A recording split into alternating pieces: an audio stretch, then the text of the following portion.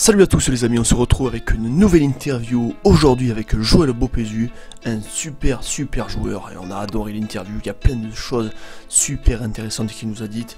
Franchement on a passé un super moment, du coup il y aura une surprise à la fin de la vidéo, du coup restez branchés jusqu'au bout, je vous laisse avec une interview, c'est parti. Je me présente, je m'appelle Joël Beaupézu, j'ai 25 ans, je suis franco-congolais, j'ai été au centre de formation, j'ai commencé au centre de formation à Toulouse. Quand j'avais 15 ans, j'ai été recruté. Je suis resté 4 ans à Toulouse. Suite à ma dernière année, j'ai eu une petite blessure, une grosse blessure, une fracture de la malléole qui m'a sorti des terrains pendant 7-8 mois. Quand je suis revenu, bien sûr, l'exigence de la Ligue 1, vous vous doutez bien, on était beaucoup, donc peu de temps de jeu et finalement j'ai mis un terme à mon aventure toulousaine pour rejoindre Châteauroux Ligue 2 parce qu'il m'avait sollicité. J'y suis allé, mon U19 nationaux, c'était super bien passé, j'avais Armindo Ferreira comme coach. On fait une assez bonne saison, mais voilà, j'avais des prétentions d'être professionnel parce que j'étais super bien revenu, le coach aussi me le disait, mais bon, ça n'a pas pu se faire. Donc j'ai décidé de rejoindre Arles-Avignon car j'avais eu le coach d'Arles-Avignon me voulait, il m'a fait comprendre que Arles-Avignon, si j'étais bon avec la réserve, j'allais pouvoir rapidement monter en pro. Donc j'y suis allé après Châteauroux. Et c'est ce qui s'est passé, je suis allé à Avignon pendant 4-5 mois et lors d'un match, une opposition contre les pros, je me suis fait remarquer et j'ai rejoint les pros en décembre. Donc du coup, toute la deuxième partie de saison, j'ai fait avec les pros. J'ai disputé un match de Ligue 2, je suis rentré une seule fois, j'étais plusieurs fois sur le banc et jusqu'à ce que le club dépose le bilan, malheureusement. Arles-Avignon a déposé le bilan, donc je me suis retrouvé à aller en national. En national, c'était complètement autre chose, un autre championnat, un autre football, à Épinal. Après Épinal, je suis allé où déjà après Épinal Cadet. Oui, bon, je devais aller à Dunkerque, voilà, j'ai eu un problème de contrat. Du coup, je me suis retrouvé à Calais en CFA. Au dernier moment, je me suis retrouvé à Calais en CFA. Pareil, on joue, je fais une saison assez bien, on va dire, pour une CFA. Je me rappelle, je fais 7 passes décisives et je marque 2 buts pour un latéral gauche. C'était quand même pas mal. Mais bon, on descend et le club dépose les bilans, il y a plein de problèmes. Et suite à cela, j'ai eu des sollicitations pour aller jouer à l'étranger, notamment en Bulgarie, Slavia Sofia. Tout de suite, c'est vrai que je me suis dit, la Bulgarie, l'étranger. Puis je me suis lancé, je me suis dit, écoute, en France, des fois, les portes sont fermées, pourquoi pas à l'étranger, écoute, ça reste du football. En plus, moi, j'ai la chance de parler plusieurs langues, donc je suis un garçon, je m'intègre très facilement. Donc j'y suis allé, là pareil aussi, j'avais un problème avec mes documents et mes papiers, j'ai pas pu signer à Slavia Sofia, donc pour le dernier moment du mercato, j'ai signé en Macédoine, en première division. Mon agent a contact, et en Macédoine je fais une bonne saison, une bonne demi-saison. Le troisième qui joue en Europa League me repère, à Botniski, donc je l'ai rejoint. Pareil, je fais une demi-saison et Riga, le champion letton, m'appelle, me fait cette proposition parce que je veux la Ligue des Champions et je me suis dit, écoute, après tout, même si c'était Lettonie, je ne savais pas grand chose, je me suis dit que ça serait une belle vitrine pour moi. J'y suis allé, pareil, une très bonne saison, je marque, je suis décisif, on joue plusieurs tours de Champions League, d'Europa League, c'est vraiment une expérience formidable, on finit champion. Donc je suis couronné d'un titre et j'ai cette proposition là en Ukraine de partir parce que vous savez que les championnats le championnat letton et français, ukrainien, c'est pas pareil. En Lettonie, on commence en mars et on finit en novembre. Okay. Donc en novembre, ça avait déjà terminé. Donc je me suis dit, bon écoute, l'Ukraine vient, je sais que c'est un championnat plus huppé et que ça me mettra plus en lumière. J'ai accepté tout de suite le défi parce que le coach me voulait vraiment absolument, il a insisté, m'a fait voir donc quel système on allait jouer, que ça allait avantager mon jeu. Je suis venu et depuis là, je me suis installé très rapidement dans l'équipe. Et voilà, j'ai découvert l'Ukraine qui pour moi, le championnat vraiment est relevé. Après, j'ai jamais connu la Ligue 1, j'aurais pas la prétention de dire que c'est aussi fort que la Ligue 1, mais j'en doute pas vu que j'ai joué quand même en Champions League et qu'en Ligue 2 j'ai joué. Je sais que des équipes comme Zoria, comme le Shakhtar, comme Dynamo, c'est des équipes très fortes. J'ai joué contre Alexandria qui a joué en Coupe d'Europe contre Saint-Etienne, c'est très fort. Donc voilà. Ouais, franchement, un vrai parcours atypique qu'on adore. Nous, franchement, c'est c'est assez incroyable. Franchement, est-ce que tu pourrais nous parler un peu plus de ces passages dans des championnats qu'on connaît assez peu, que ce soit la Macédoine, la Lettonie, l'Ukraine, un peu plus reconnue avec des clubs qui jouent la Champions League, qui jouent l'Europa League, qui sont parfois meilleurs que nos clubs français. Toi, du point de vue du niveau, est-ce que tu étais le meilleur joueur, sans être prétentieux, le meilleur joueur du championnat macédonien ou letton? Comment tu te positionnais du point de vue des autres joueurs? Du point de vue, du point de vue en Lettonie, en toute humilité, oui, je pense que je faisais partie de leurs meilleurs joueurs.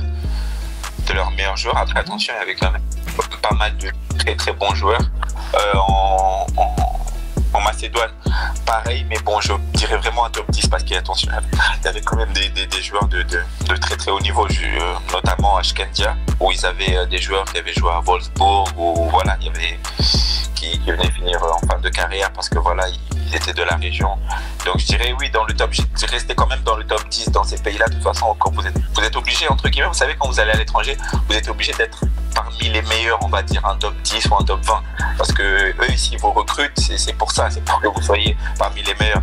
Et la seule chose qui change de la France, c'est que, enfin, pas malheureusement, mais comment dire, ici à l'étranger, si tu joues mal, entre guillemets, si tu joues mal, ils te mettent sur le côté. C'est pas comme en France, on va te laisser le temps.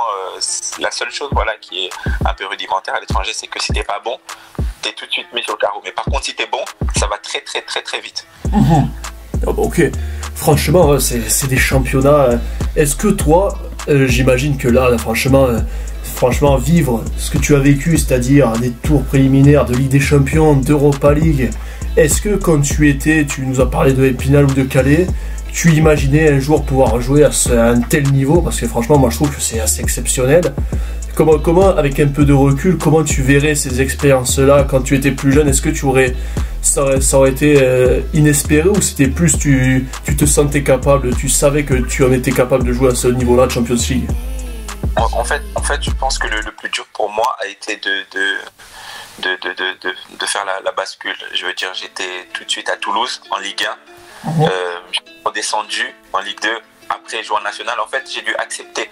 C'est le fait d'accepter qui m'a permis de rebondir. C'est vrai que quand je me suis retrouvé à Calais à 21 ans, 22 ans, qu'à 19 ans, je faisais des bons en Ligue 2, je rentrais à 20 ans, je me suis dit, oula, peut-être qu'à un moment donné, c'est terminé. Voilà, on va pas se mentir. On se dit, bon, le haut niveau, peut-être que c'est terminé pour moi, parce qu'à 21, on s'est commencé en France à 21, 22 ans, même si la CFA reste un niveau, on le voit. Notamment, j'ai des amis qui sont passés de CFA, on peut signer pro en France.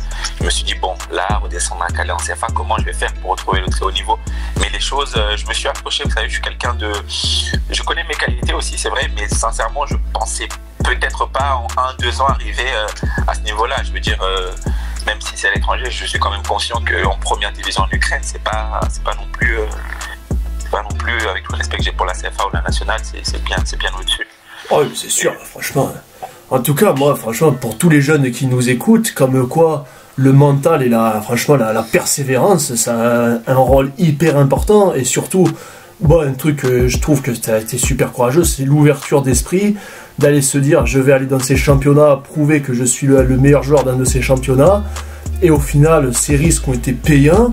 Et franchement, tous les jeunes qui se posent des questions, qui pourraient hésiter, en mode je préfère rester dans ma CFA2, mais franchement, ça peut être quelque chose qui les inspire.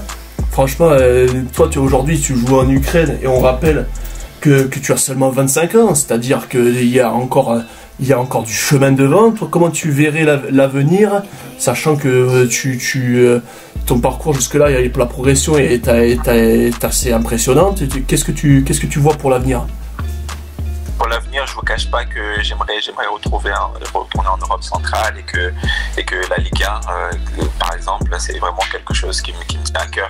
Et pour ne rien vous cacher, pour être tout à fait franc, moi-même je n'y croyais pas, mais j'ai eu, quand j'étais notamment à Riga, des contacts. Lens, c'est une information concrète. Lens avait demandé des renseignements, s'était intéressé vraiment à moi, avait rappelé plusieurs fois.